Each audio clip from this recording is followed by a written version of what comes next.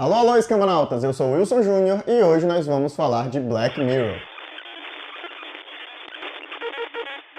E dessa vez o episódio 3, Crocodile, dirigido por Joe Hill Coach.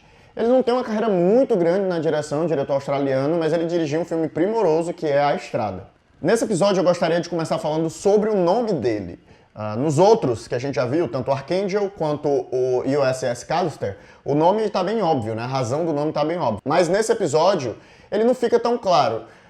E eu vou dar a minha interpretação, o meu olhar para o porquê desse nome no episódio. Crocodile, crocodilo, e para mim é uma alusão a lágrimas de crocodilo. Eu não sei se vocês sabem, a lenda em torno desse termo é porque o crocodilo, quando ele come, teoricamente ele chora. Quando ele está devorando as presas dele, ele chora. Então, aí se criou essa lágrima falsa, né? Ele está lá devorando alguma coisa e chorando. E isso faz um paralelo com o filme, porque a Mia, toda vez que ela comete um assassinato no episódio, ela chora.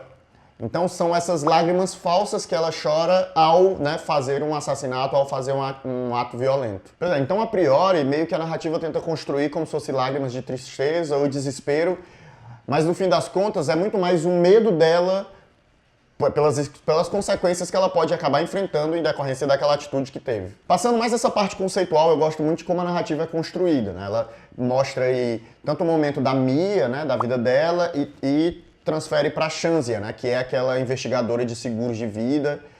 E eu gosto de como lentamente ela vai juntando as duas personagens da história, né? E ali, a partir do encontro delas é que o clímax da história acontece e vai se desenrolando até o final. Uma coisa interessante desse episódio é que a tecnologia, ela não é o problema em si e nem o uso dela ou a relação dela com o humano.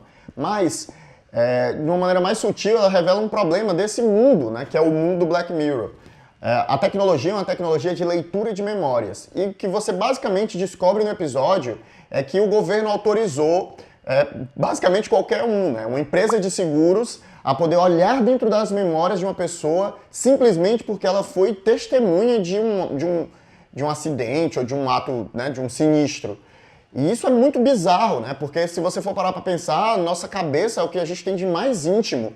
E o governo ter acesso a esse tipo de coisa, principalmente sem uma razão realmente forte, como é no caso de você ser testemunha de alguma coisa, né? Além disso, a coisa de que o testemunho ele já é algo meio sem força, né? A gente sabe que o testemunho ele pode ser induzido, ele pode ser enganado, e então eles tentam talvez usar esse jogo de memórias, né? Esse conjunto de memórias para poder tentar fortalecer o que é um testemunho, mas mesmo assim você descobre que as memórias elas são meio confusas e que elas podem acabar sendo até induzidas numa direção diferente. Realmente dá uma sensação muito esquisita em relação à tecnologia que está no episódio. Ela não é o problema central, mas ela ainda assim é um problema. Mas voltando para a narrativa, a priori a gente pode achar que as ações da Mia são puro impulso, assim, que ela faz ali no ímpeto da coisa. Mas se a gente olhar um pouco mais de perto, a gente vai ver que tem muita frieza em cada uma das decisões que ela toma. E eu vou passar por isso um por um. A primeira vez que a gente percebe isso é quando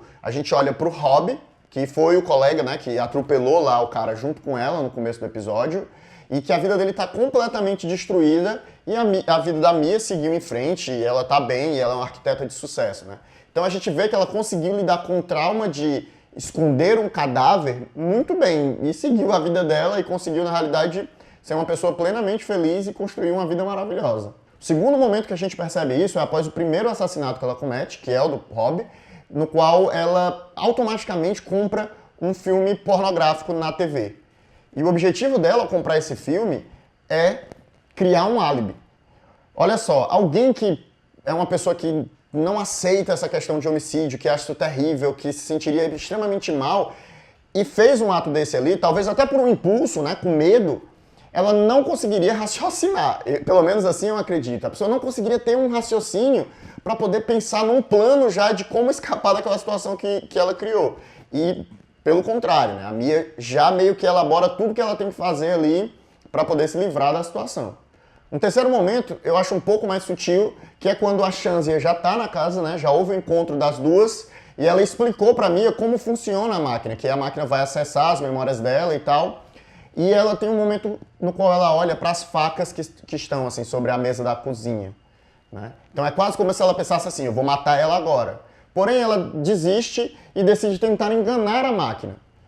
E só depois que ela, né, não consegue enganar a máquina é que ela vai consumar o ato que ela já tinha pensado a priori. A quarta coisa é, em vez dela matar a Shanzia, né, teoricamente por impulso de novo, no intuito de tentar se proteger, ela prende ela e tenta obter dela a informação de que se mais alguém sabia que ela estava vindo para aquele lugar. Ou seja, são todos traços de uma mente muito fria e muito calculista. A quinta coisa é que, ao matar o marido da Shanzia, ela chega na casa dele e ele está sentado de costa numa poltrona.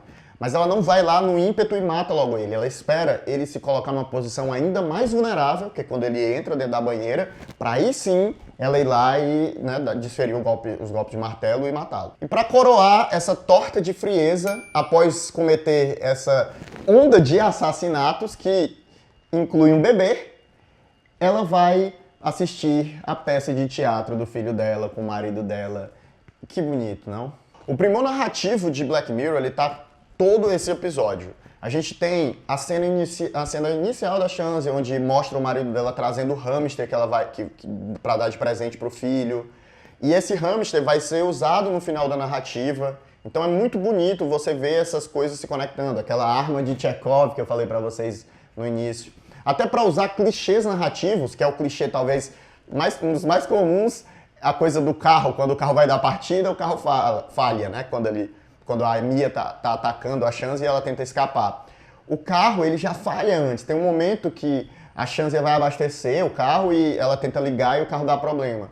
Isso é você usar bem o clichê. É um clichê que é recorrente, mas você já coloca ele na sua narrativa antes. Então, quando ele aparece, não fica aquela coisa de, né?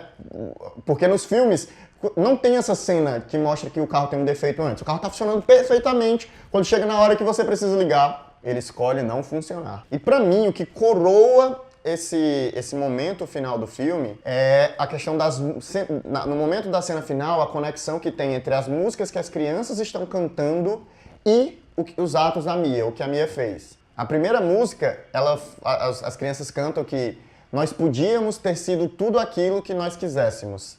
E aí dá um close no rosto da Mia e a gente tem um corte para a revelação que ela matou o bebê na casa lá, o filho da Shanzia, né?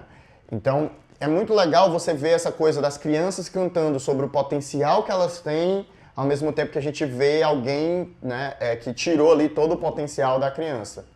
E depois que retorna, né, que a gente sabe que a polícia já encontrou, que a gente sabe que a polícia descobriu que é ela, o corte volta para ela e aí mostra as crianças cantando uma nova canção que é Você vai ser lembrada por tudo aquilo que você diz e tudo aquilo que você faz. E basicamente é o que é essa narrativa sobre, né? Ela não queria que o nome dela fosse arruinado, né? Ela tinha um nome, ela era uma pessoa conhecida e ela não queria que isso fosse arruinado. E aí ela faz atos monstruosos e no fim das contas é em vão. Ela vai ser presa.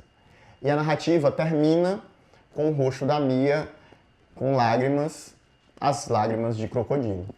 Pois é, pessoal, essa foi a minha opinião sobre o episódio.